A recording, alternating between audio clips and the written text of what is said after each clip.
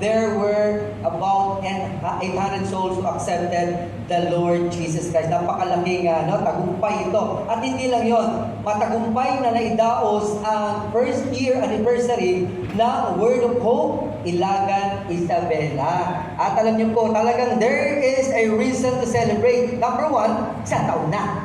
Okay? Pangalawa, ang dami ng members. Pangatlo, we started with one church there in Isabela, and as of the last time na nandun sila, meron na raw po tayong 5 satellite churches. Amen! Palakpakan natin ang ating Panginoon. At ito ay naging posible because of your prayers and your support. Through your tithes and offerings, naging posible ang pagpunta. Alam niyo po, malaking gastusin ang pagpunta sa mga probinsya. At dahil sa gasolina, pagkain, at kung ano-ano pang gastusin na pinakailangan paghandaan. Pero praise God, the people of Word of Hope Manila responded to the challenge of the Lord to support His work through Word of Hope Manila. At I'm thankful for the Lord sa bawat isa sa inyo na nagtatapat sa ating Panginoon. At bukod doon, I would like to echo what Pastor Jun has mentioned this morning, na doon naman sa Tinggalan, we have more than one church na in existence.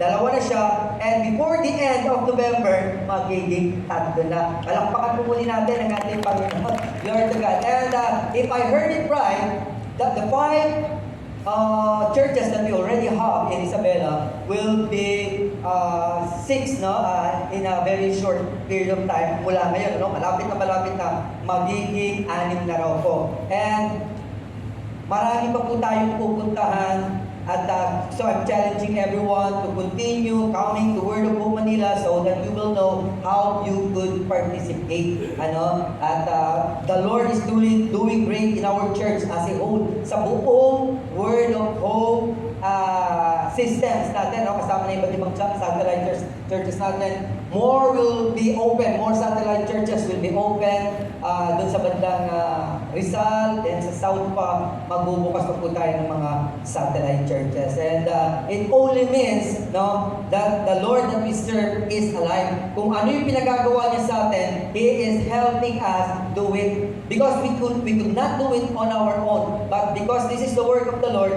He Himself is helping and using us. So, feel blessed, maramdaman nyo na kayo ay kasama sa mga pinagpalang ginagamit ng ating Panginoon. So, may I invite everyone to stand on your feet and read with me Psalms 4 verse 8.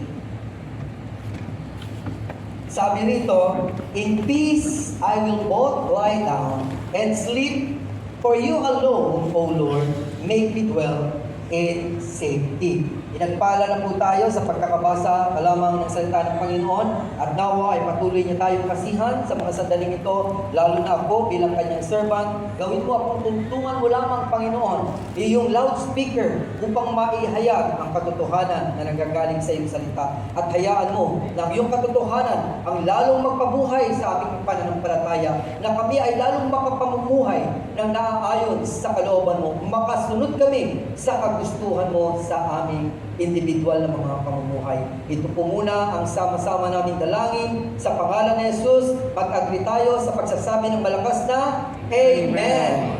Yan, makakaupo na po ang bawat isa sa atin. Dito po sa Psalms 4 verse 8, the last part of chapter 4, ay pinapakita lamang ni David that true joy comes only from the Lord. Na ang kagalakan na kanyang nararanasan ay galing sa Diyos. Ang kapayapaan na kanyang nararanasan ay sa Diyos lamang nang gagaling. At hindi ito katulad ng kapayapaan that we usually hear sa ating kapaligiran, sa ating bansa, sa ibang bansa. For example, when we say that there was a relative peace in Mindanao for the last 1 decade, so ibig sabihin na walang gera. Pero there's ongoing struggles pa na nagaganap doon. At this kind of peace is limited, at madaling mabasag na klase ng kapayapaan. But the peace that the Lord wants us to have is a peace that transcends all kind of situations. Lahat ng, at nasaan ka man ay dapat mong maranasan. Itong kapayapaan ay binibigay ng ating Panginoon. At si David nga po pala, sumulat nitong Psalms 4. At siya, nagagawa pa niya, because he has this peace from the Lord, he can even lie down and sleep. No? Ito pong kalagayan ni David ay marami siyang pinagdaanan ng mga pagsubok, no? Kasama na po yung paghabol sa kanya ng anak niya na si Absalom, na tinangka po siyang patayin. Si David ay naging mabuting ama, and we could not read anything, no, in the Bible that would say na masamang tatay si David o nagkulang si David. He was a good father.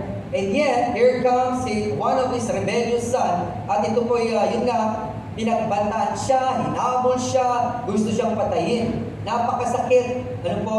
And David also experienced being left by people that he trusted. Yung mga taong mga kanang kamay yan, ang tinatawag sa Tagalog, ay ilan sa kanila iniwan si David. Di ba napakasakit nun? Kung kayo man ang makaranas nito, ay talaga namang masakit. Halimbawa, sa isang opisina, katrabaho kayo, 10 years na kayo dyan, and you had contributed a lot to your company, and then all of a sudden, yung mga new bunch of workers nagkaisa para ikaw ay siraan, para ikaw ay tanggalin. Masakit yan, di ba? Considering that you have given your best to make the company get more sales, or for your company to improve, no? Eto pa, pinagtangkaan ka ng mga bago. Pero itong si David, higit pa ang kanyang naranasan, because flesh and blood, no, niya mismo ang nagplano ng hindi maganda sa kanya. Pinagplanuhan talaga siya. Gusto talaga siyang patayin, no? Hinanting po talaga siya. Alam niyo po ba yung idea ng hunting?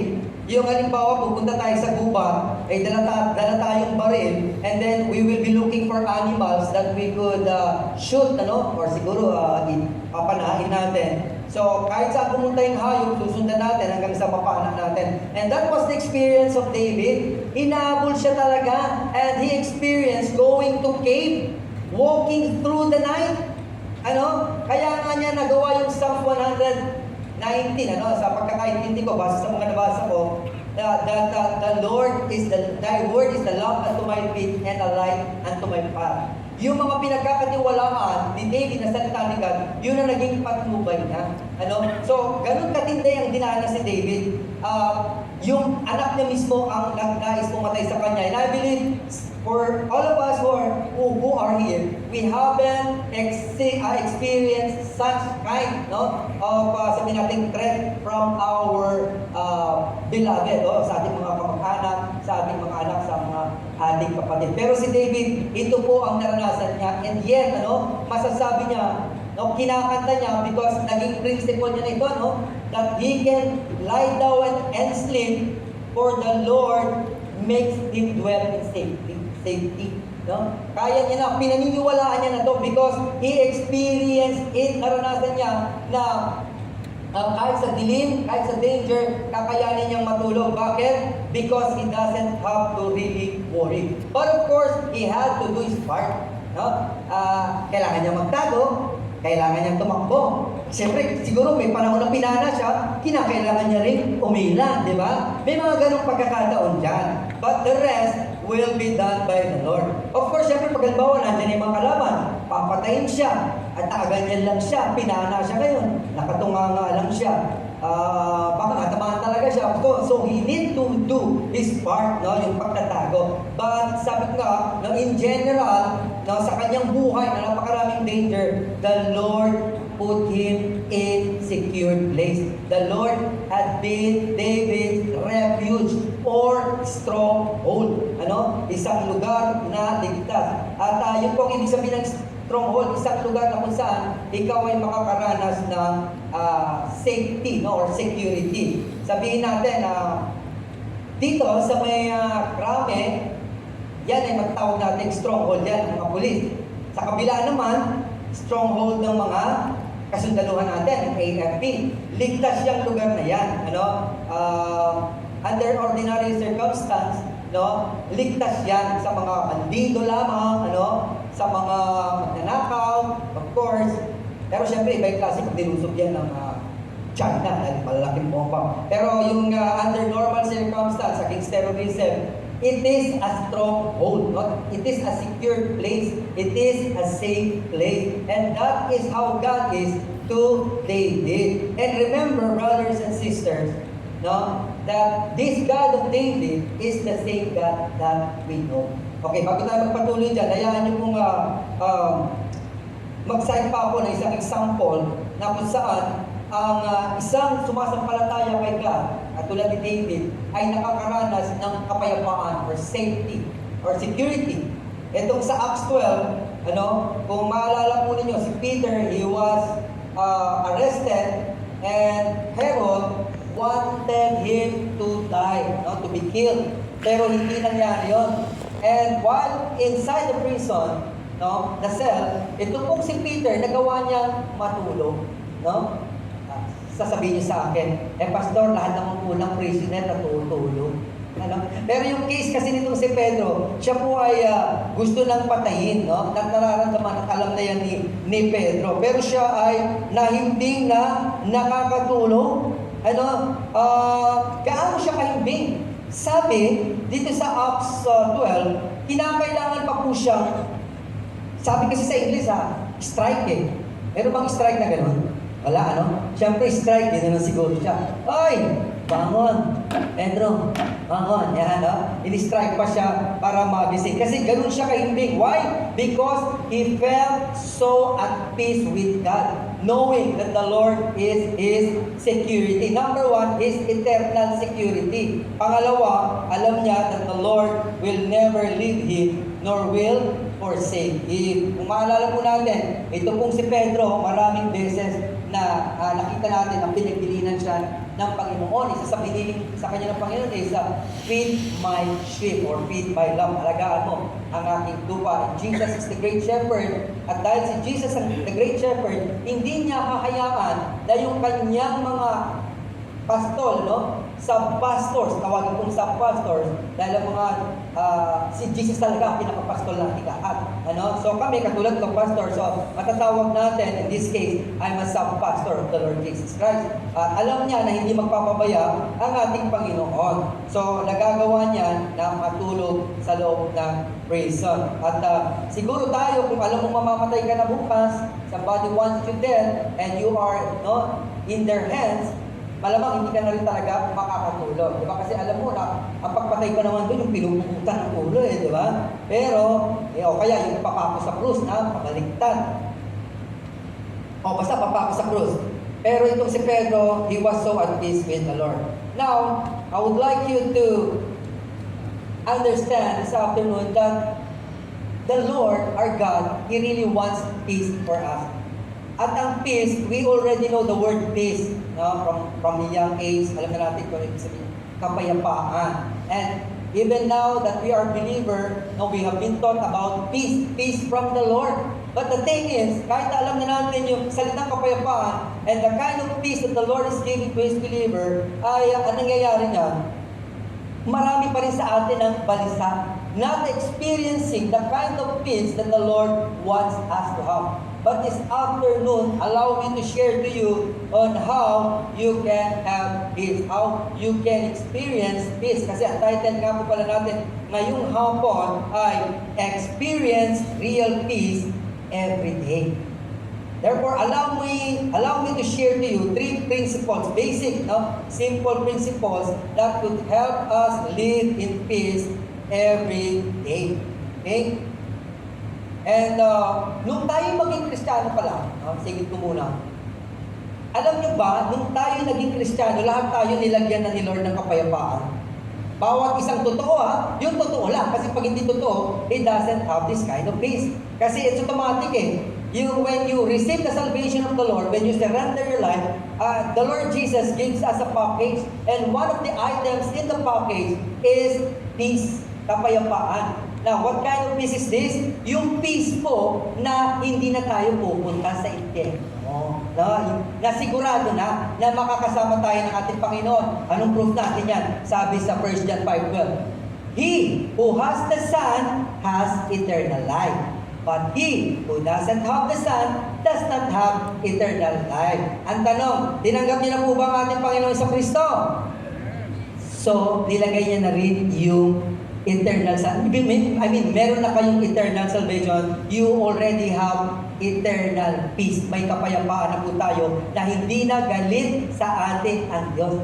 Before kasi, tayo po, sabi ni Pablo, no, we were enemies of God. Bakit tayo enemies of God? Because we were born sinners and we do sin. And God hates sins. That's why we are an enemy of God. But when we received the Lord Jesus Christ, we became His children, we became a part of His family, we became His people, and we are bound to heaven. Amen? We are bound to heaven. That is the peace that God has placed in each one of us. At dapat natin ipabuhay. Now, what God wants us, in addition to this kind of peace that I have told you, no, yung eternal salvation that we now have, the Lord wants us to have experiential peace. No, yung nararanasan dito. No? So, sinabi ko na nga, ligtas na tayo, pupunta tayo sa langit. It's a fact, it's a truth. We're waiting for the moment that the Lord will get us here on earth, no? Will fetch us, pupunta tayo sa langit. But while we are here on earth, we will be experiencing many different kinds of situation. And the Lord wants us to experience the peace, no, for every situation. Experiential peace ang nais sa atin ng ating Panginoon. So, here are the three principles that I want you to, that I want to share to you. Number one, understand that our God is the God of peace. Itong ating pinaglilingkuran Diyos, in fact, yung ating tinanggap sa ating mga puso, no? Kaya tayo naligtas, siya ang Diyos ng kapayapaan. Sabi sa John 6:24, so Gideon built an altar there to the Lord and called it, the Lord is peace. To this day, it is still in Ophrah of the Abiezrites rights. Ang sitwasyon pa kasi dito, nung sinulat ito, si Gideon po ay inabot niya yung kapanahunan ng Israelites were under the Amalekites. Okay? At sila po ay sakop, inaapi. At alam naman natin that a country under subjugation of another country experiences injustices, no? Unfairness. At maraming, sabi natin, pinapahirapan. Lalo na nung unang panahon when the concept of democracy was not yet born. Wala pang democracy noon. So, yung klase ng pagtrato sa mga subjugated people ay matindi. Pwede ka siguro sampal-sampalin at awatawin. Katulad ng mga Jews, when they were in Egypt, anong ginagawa sa kanila? Before, at the start, the Jewish people, they progress, they were so, sabihin natin, so good in their crops, kaya umunlad sila dun sa bayan ng Egypt. But since they are in Egypt, and it was not their country, ay inapi-api po sila. So dumating na yung panahon na pwede na silang hataw-hatawin. No? So the same is true sa bawat subjugated na country, pwedeng gawin ang gusto nila. Pwede kang patayin, raping, or ano paman. So dito, ang Israel, noong panahon ni Gideon, they were under the Amalekites. At siyempre, may mga nananalangin naman dyan sa bagay na yan. No? At sinabi ng Panginoon Diyos, si God Almighty, si Yahweh, na kay Gideon, that I will be using you to deliver you from the Amalekites. Maghintay ka lang, malapit na yan. Pero itong si Gideon, nagulat siya, imposible, Panginoon. No? Kasi, sabi niya gano'n, kasi po, Lord, yung pamilya namin, ang lahi namin, yung clan, yung Tagalog na clan, na kabilang sa Manase, ay pinakamahina at maliit. At sa pamilya namin, ako yung pinakamahina din. So sa mga kapatid, alam nitong si Gideon that there is nothing in him and in his background, sa kanyang family, that the Lord could use.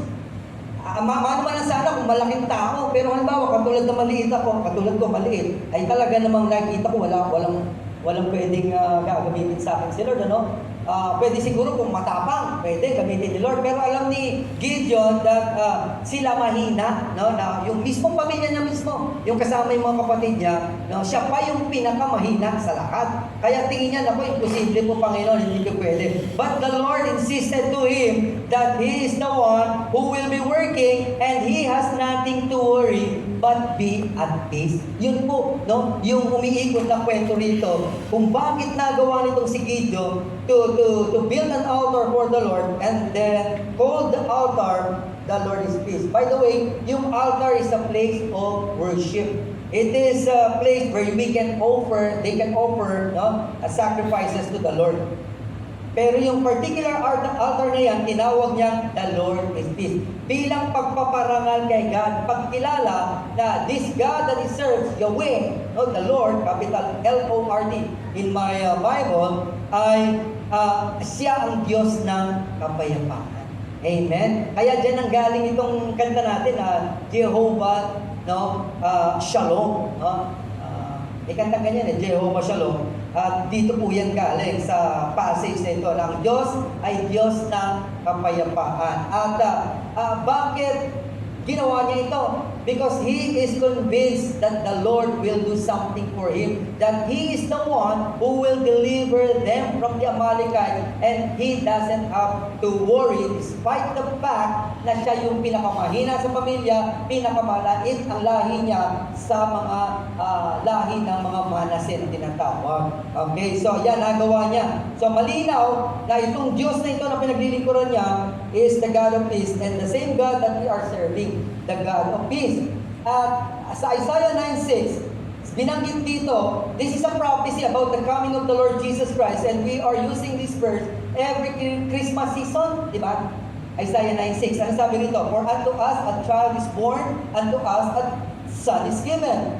And the government will be upon his shoulder, and his name will be called Wonderful, Counselor, Mighty God, Everlasting Father, Prince of Peace. Si Kristo na hindi pa nagkakatawang tao, si Jesus, no, si God the Son, na hindi pa nagkakatawang tao, na later natatawag ng Jesus or Kristo, nagkapagligtas, ay tinatawag na Prince of Peace. Ang prinsipe ng kapayapaan, na ang ibig sabihin ay, kaya sa tinawag na prinsipe ng kapayapaan, according to Bible scholars, is because he is the only one who can bring true peace. Kasi nga, bakit? Because our triune God is the God of peace. Therefore, he can bring real and true and lasting peace. Amen? Kaya siya ay tinawag na the Prince of Peace. And he is the one who could restore, no? Who could restore people to God at therefore experience yung peace na sinasabi ko kanina na eternal peace. And sa Romans 16:20, ang sabi naman ni Pablo, the God of peace will soon crush Satan under your feet. The grace of our Lord Jesus be with you. So sa sulat niya sa mga Kristiyano, dito po sa Roma, dinanggit niya itong Diyos ng kapayapaan, sabi niya gano'n. Ang Diyos ng kapayapaan, referring to God, no? So malinaw na even Pablo understood that God, Yahweh, is the God of peace. Tandaan po natin, si Pablo is a Pharisee. And a Pharisee is somebody who is very well versed and knowledgeable when it comes to yung mga Torah, sa Jewish religion. Okay? So itong si Paul, he is convinced and he know by heart that God is the God of peace. In fact, hindi niya lang po dito sasabihin yan. May mga nakita pa akong ibang mga passages that God is the God of peace. Pero ang ibig sabihin na sa binasa ko na God will crush Satan under our feet ay ito pong si Satan, he will no longer be able to make a fool out of us. Hindi niya na tayo pwedeng lokohin. Hindi niya na tayo pwedeng linglangin. Hindi niya na tayo pwedeng iligaw pa unless na lang magpapaligaw pa tayo. Kasi all of us here, we already know that God is holy. The God of peace that I'm talking about is at the same time holy. He hates sin and He wants His people to be holy. Nais niyang lahat tayo matuwid. Okay? And itong si Satan, he cannot make us go back. Hindi niya tayo pwedeng lokohin, sabihin na si Satan din, gusto niya, siya rin, banal din yan, si Satanas, hindi natin yan. Pwede ka pang mambabae kung gusto mo, basta ikaw ay mag-a-attend ng church. Hindi na tayo pwedeng lokohin pa ni Satanas because we already know our God, who our God is. He is holy. Sabihin nga po natin, holy. Ang ating banal na Diyos, ang ating Diyos ay tunay ngang banal. Kaya hindi niya na tayo pwedeng linlangin sa kanyang mga kasamaan. Maliban na nga lang ulit, tulad ng sinabi ko, napapayag naman tayo na bumalik sa mga dating bagay o sa mga kasinungalingan niya. But as far as the Word of God is concerned, where every truth is presented to His people, ay hindi niya na tayo pwedeng lokohin pa. At hindi niya na tayo pwedeng angkinin. The devil can no longer claim us. Mag-cite ako ng example. Halimbawa, meron isa rito, na dating taga dyan sa may Quiapo, at ang kanyang gawain, magsimba rin. Doon, may church doon eh. Ang gawain niya, magsimba. Pero pagdating sa simbahan, hindi po siya nananalangin. Siya po ay nakayuko sapagkat naghahanap siya ng mga bulsang kanyang madudukutan. Ayan, so sa Makatwid, isa siyang pickpocketer o isang magnanakaw. But then he encountered the Lord. At pero, ayan, sige, tinanggap niya ang Panginoon, nalaman niya na ang Diyos na magpatawad, si Jesus namatay para sa kanya, whatever he has done in the past, ay pinatawad niya ng Panginoon. Now, pagkalipas ng ilang buwan, ay napadaan siya sa Quiapo at nangangailangan siya ng pera at binulong-bulungan siya ng kaaway. Naalala mo ba na noon pag kailangan mo ng pambili ng gatas ng anak mo, papasok ka lang sa simbahan, madali ang pera, at sasabihin sa kanya, sige na, balikan mo na, total, dati mo nang gawain yan, hindi ka na magbabago, wala ka na rin naman talagang pag-asa, nature mo na talaga yan na maging magnanakaw. Kung yan ay bulong ng kaaway. Kung hindi natin siya pakinggan, kahit mamilipit pa si Satanas, hindi niya tayo pwedeng gawin yung bagay na sinasabi niya. Hindi niya tayo pwedeng kunin para yung magnanakaw na yun, para magnakaw ulit. Hindi niya pwedeng takutin or ano pa man, pwersahin. Unless na lang na pumayag ng isang tao. So, yan ang sinasabi po rito sa verse na to, that we crush Satan under, isa po sa ibig sabihin, we crush Satan under our feet. Wala na po siyang kapangyarihan. Hindi niya na po tayo pwedeng gawing barkada na sundin ang kanyang mga gusto na gumawa ng mga kasamahan. Okay? At ang may dulot niyan ay ang Diyos ng kapayapaan, sabi ni Pablo dito sa Romans 16:20. And then sa 2 Corinthians 13:11, sinabi, finally, brethren, pay well, become complete, be of good comfort, be of one mind, live in peace, and the God of love and peace will be with you. Nais ko lang magtitig nga sa iyo, sabi niya, gaya ng sinabi ko kanina, si Pablo, ilang beses niyang binanggit na itong Diyos na kanyang pinaglilingkuran, na ating Diyos, siya ay Diyos ng kapayapaan. Pero sa Galatians 5:22 po, makikita natin na ang kapayapaan ay bunga talaga ng Diyos Espiritu. Galatians 5:22 ang sabi, but the fruit of the Spirit is love, joy, peace, long-suffering, kindness, goodness, faithfulness. So, focus tayo doon sa sinasabi na ito ay bunga. Dumadaloy sa Espiritu at to us. Dapat yan ay nakikita rin sa atin ang kapayapaan na nanggagaling sa Diyos. Bakit? Pagkat ang Diyos talaga, ang Diyos ng kapayapaan, therefore, sa Kanya talaga nanggagaling ang kapayapaan. And then sa 2 Thessalonians 3:16 naman, ang sabi, now may the Lord of peace Himself give you peace at all times in every way, the Lord be with you. So muli, binanggit na naman ni Pablo, itong si God, kanyang pinaglilingkuran, ating Diyos, siya ang Diyos ng kapayapaan, and He is able to make peace, reign or abound to each one of us. Pwede, na manahan, manatili, maghari ang kapayapaan sa bawat isa sa atin every day. Araw-araw po yan. So, ang ating Panginoon, hindi lamang siya ang Diyos ng kapayapaan, kundi nais niya na bawat isa araw-araw nakakaranas ng kapayapaan. So, yan, tandaan po natin, our God is the God of peace. So, kung tulirong-tuliro po kayo sa mga sandaling ito, hindi nyo alam ang gagawin, submit everything to God. Pero I'm going ahead of my maya-maya na yan.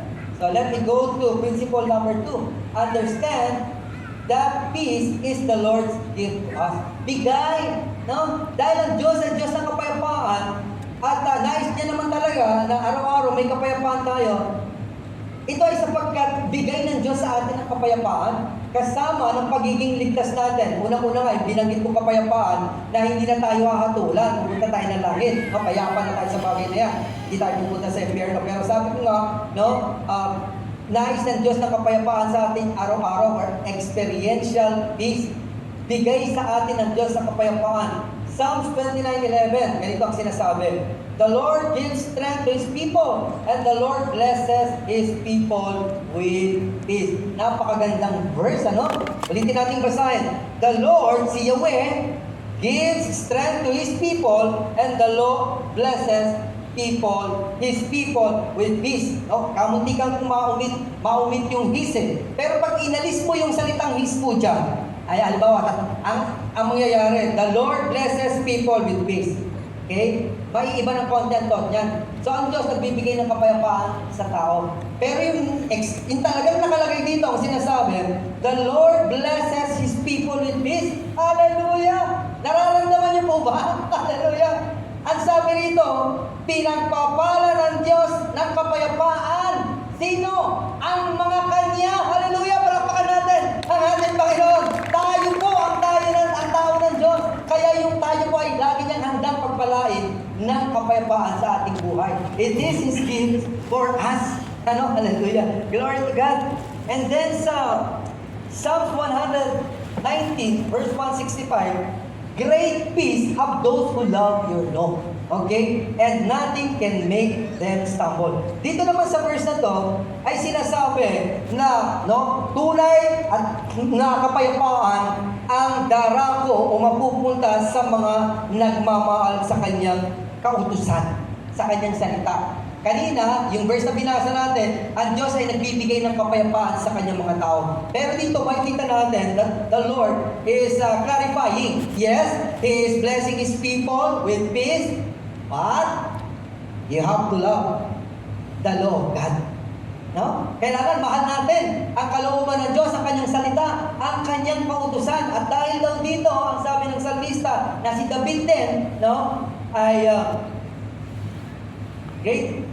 Yung kapayapaan na tunay, no? Dakilang kapayapaan ang sa atin. So, ibig sabihin, anuman ang pagdadaanan mo na pagsubok, mabigal sa buhay, mahirap, na halos ikamatay mo na sa sama ng loob, o hirap ng katawan na pagdadaanan mo, the Lord will give you peace if you are one of those who love His law. Kapag sumusunod ka sa kalooban ng Diyos, mahal mo ang kanyang sinasabi sa kanyang salita, pinag-aaralan mo ang kanyang salita, makakaasa at makakaasa ka. Tulad ng sinasabi ni David na ang kapayapaan ay tunay na iyong sagana. No, yan ang sinasabing great peace. Sagana, sapat, hindi lang sapat na kapayapaan to the extent that you can sleep even when you are in great trouble, katulad po nitong si David. Amen? Ganun po. So, we need to love God's law. We need to love His commandments. Ang sabi nga ng Panginoon, if you love me,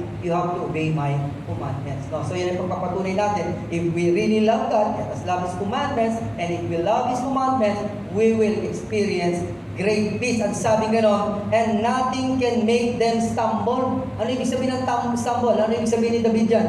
Wala daw makakatisod sa atin, no? Yung makakaharang sa atin kapag tayo naglalakad. Ha? Walang makakapatid sa atin. Walang makakasakit sa atin. Ano ba ang konteksto nito? Sinasabi ni David na sa lahat ng pagkakataon, walang makaka-stumble sa atin, walang makakatisod, walang makakapigil sa atin, no? Natanggapin ang biyaya na nanggagaling sa Kanya. Kasama na po rito yung sa gabi na madilim. Sapagkat sa sitwasyon natin sa buhay, minsan parang napakadilim, minsan parang wala nang pag-asa, parang wala ka nang magagawa. In fact, may mga sitwasyon na wala ka na talagang magawa. Those are the dark moments. At kasama po ito sa sinasabi dito, no, na hindi ka ma-stumble habang ikaw lumalakad maging sa dilim. Kasi tandaan po ninyo, itong chapter na ito, nandito yung thy love is a word, thy Thy word is a lamp unto my feet and a light unto my path. Doon sa Psalms 119 verse 105. So sinasabi nga rito na kahit anong oras ng araw, umaga, tanghali, gabi, pagkadilim-dilim, o bumabagyo, you can continue on going on at hindi ka mai-stumble kahit wala kang nakikita. Amen? Ganun po, no, ang mga taong nagmamahal sa salita ng Diyos.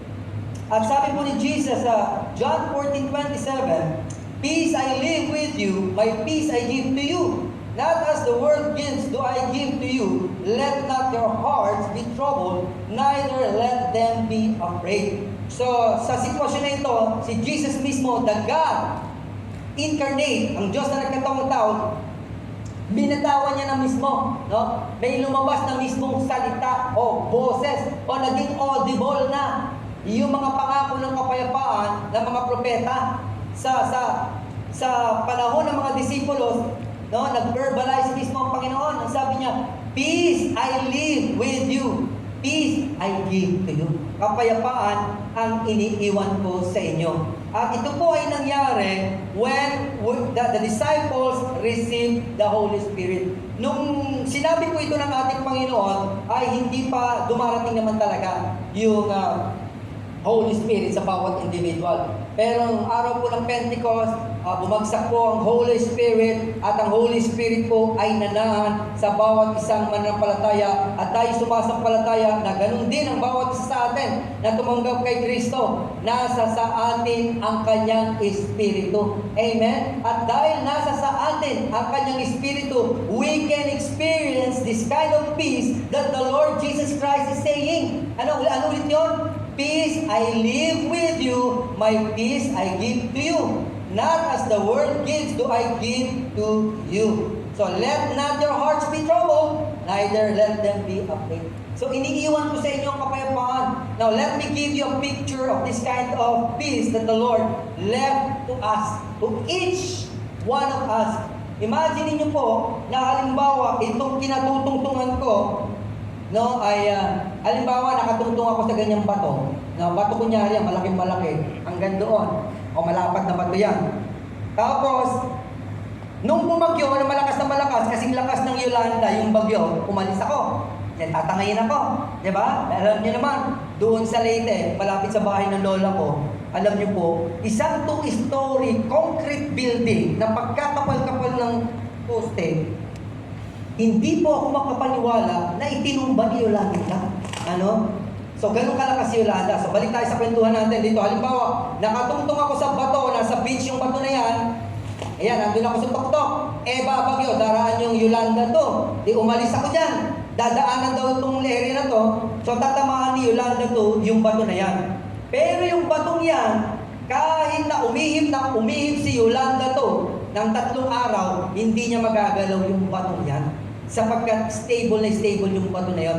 Yun po yung nice, yun po yung kapayapaan na iniiwan ng ating Panginoon sa atin na kinakailangan nating tanggapin at isa puso at isa buhay. No? Na kahit anumang pagsubok, anumang pabigatan na ating dadanasin o mararaanan, ay hindi tayo matitinag. No? Yun po ang sinasabi ng Panginoon. Kaya sabi niya, no, not as the world gives you, do I give to you. Hindi katulad ng kapayapaan na meron sa mundong ito, conditional, limited. Yun ang kapayapaan ng mundo. But the peace of the Lord Jesus Christ, and sabi niya, no, it is not the kind that the world can offer. No, because God is the God of peace, He can supply us with unlimited peace, ano? Peace that can make us sleep during strong typhoon or trouble or problem or war or even if there is yung tawag natin, mga dilubyo na dumarating, no? Sabi nga sa Psalms 91, ang nagtitiwala sa Diyos, hindi matitinag kahit ang mga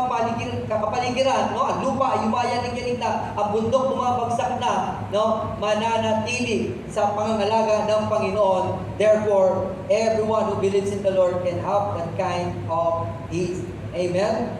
And then sabi po ng Panginoon sa John 16:33, I have said these things to you that in me you may have peace. In the world you have tribulation, but take heart, I have overcome the world. Okay, so sinasabi lang ng ating Panginoon, no?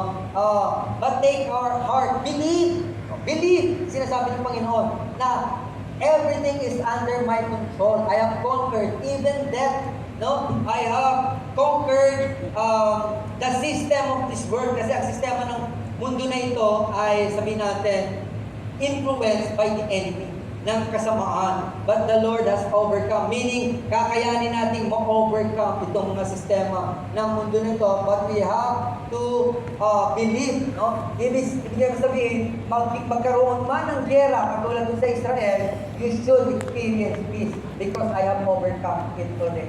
It is under my control. True. Merong sabugan. True. Merong mga barilan. True. May namamatay-matay pa rin. Pero sabi ni Jesus, I have conquered this already. Those who belong to me will eternally be with me. Yun ang sabihin ng ating Panginoon. You are already secured. No? Bagamat may gera dito, nayayanig o nasusunog ng bahay nyo, you are secured. Have peace, believe, and wait for my deliverance. Okay? Kasi may mga pagkakataon na mga nagtitiwala sa Panginoon ay nakakaranas ng matinding sitwasyon, pero yung iba ay naiipit na doon. So, ibig sabihin, yung grace ni God para sa kanila, hanggang doon na lamang. Now, kung ikaw ay nagpatuloy, nakalusot ka sa isang matinding sitwasyon, gera, it's because the Lord allowed you. Pero ano't ano pa man, sa dalawang sitwasyon na yon, if you believe in the Lord Jesus Christ, you belong to Him, you will go with Him in glory. He is in control. Kahit ikaw ay kasabugan ng nuclear bomb pa, no? Your soul is under the fear of the Lord Jesus Christ. Okay, at lahat-lahat pa ng mga sitwasyon sa ating buhay, just believe that He has given us this kind of peace, no? Yung kapayapaan. Okay, pero ang tanong ngayon, why many people do not experience the peace that God intends us to have? May mga nabalitaan ako, merong mag-asawa minsan, nag-aaway, at pagdating sa pera, or maling ginawa ng asawa. Meron po akong nabalitaan ito nakakalungkot. Isa pong mag-asawa Kristiyano, they were faithful in a sense that they, for so many years, they had been attending the church, they're giving their tithes to God. Pero alam niyo po, dumating yung pagkakataon na bumagsak yung kanilang negosyo because yung babae ay na-dispalko niya yung pera niya. Noong may nangutang sa kanya ng nangutang, naloko po siya. At nangyari, sila po ay nag-away. At to the extent na halos magkaiwalay na. Yung lalaki na napakaamo sa pananalita, kasi nakakausap ko yun. Nung nangyari yung sila'y maloko, milyon-milyon yung naloko sa kanila, ay walang tigil sa pang-aaway dun sa kanila. Pero pinagpipray po namin, yung pag-pray nyo rin po yun. At balita ko naman, medyo kumalma na yung bagyo. And praise God for that. Pero ang ibig ko po sabihin, may mga tao, nung maranasan nila, nakigatik sila ng gusto, na-shock sila, hindi sila makatulog, nanisi na ng nanisi. Okay? Bakit ganoon nangyayari to sa mga mananampalataya? Okay? Dahil number 3, principle po ay, we need to understand that the activation of this peace, yung experiential peace, depends on us. Nasa sa atin. Pero available na. Nakalatag na. Nilatag na ng Panginoon sa harapan natin. Nandyan na. For us to activate, for us to use, for us to swim, for us to sleep on that peace, for us to use the peace. Nasa sa binigay na ng ating Panginoon based sa mga binasa ko na kanina na mga verses. Now, what we need to do for us to experience this kind of peace ay we need to use the peace. We need to activate the peace that is already in us. Yes, totoo, ligtas na tayo. Pero yung pang-araw-araw nating buhay, sa dami ng problema, we need to activate the peace of God. Sabi gano'n sa 1 Peter, sabi ni Pedro, San Pedro, cast all your anxiety on Him because He cares for you. So that's one way of activating. Kinakailangan, ang gagawin po natin ay ipagkatiwala natin kay God. Yung daw? What should we cast on the Lord? Anxieties or worries. Pag sinabing cast, ibabato po yan. Okay? So, halimbawa, may hawak ako rito, ano mang mabigat sana, papakita kong mabigat at ibabato ko kunyari, pero hindi ko naman ibabato, no? Kasi, ang mga worries natin, ito yung pabigat ng buhay natin, di ba? Pabigat yan eh.